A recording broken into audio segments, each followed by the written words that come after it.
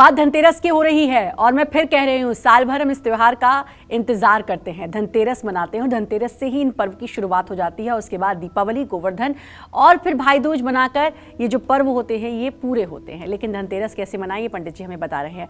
कुछ मेरा सवाल भी है पंडित जी। मेरा सवाल यह है क्योंकि उन लोगों को जिनको अब तक नहीं पता कि धनतेरस हम मनाते क्यों हैं, क्या वजह है, और धनतेरस से ही इस 5 दिन के पर्व की शुरुआत भी होती है। देखो, ये धन त्रयोदशी है। धन त्रयोदशी है, धन्वंतरी जयंती के कारण ये धन त्रयोदशी है। धन की विशेष रूप से संचय करने की कामना और धन को प्राप्त करने के लिए किया जाने वाला साधना धनतेरस के दिन सबसे सर्वोत्तम होता है। और दिवाली का कार्यक्रम 5 दिवसीय होता है, जिसमें पहला धनतेरस होता है, दूसरा नरक चतुर्दशी होता है, तीसरा दिवाली होता है, चौथा गोवर्धन पूजा और 5वां भैया दूज। ये 5 पूजा के क्रम हैं और इन 5 दिनों में दिवाली पूरी होती है, इसका पर्व पूरा होता है। तो धनतेरस के दिन जो प्रदोष काल होता है वो महालक्ष्मी को मनाने के लिए बहुत अनमोल समय होता है।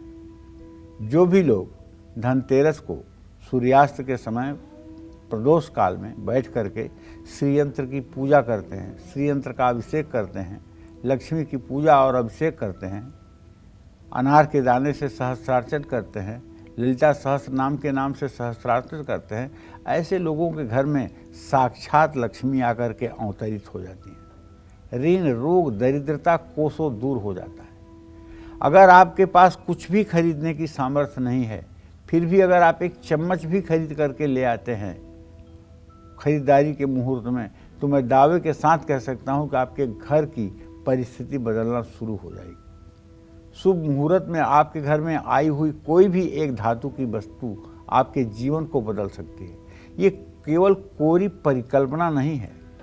और जिन लोगों का धनतेरस बिगड़ गया, जिन लोगों के साथ धनतेरस के दिन नुकसान का हादसा हो गया, नुकसान हो गया, तो उन्हें पूरे साल दिक्कत झेलनी पड़ती है। ये भी हमने आजमाया हुआ है।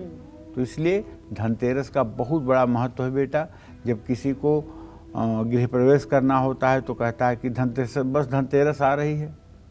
अगर किसी के घर लड़की पैदा हो जाए तो क्या पूछना है, अरे धनतेरस को आ गई लक्ष्मी, लक्ष्मी आ गई, लक्ष्मी आ गई। धनतेरस के दिन कोई वाहन खरीदना, धनतेरस के दिन तमाम प्रकार के जो मुहूर्त हैं उनका शुभ हो जाना, आदमी का पैर जमीन पर नहीं पड़ता है। धनतेरस ऐसा मुहूर्त है कि ये सहजता से अपने आप लोगों के अंदर उत्तेजना पैदा करता है। जय मां विंध्यवासिनी।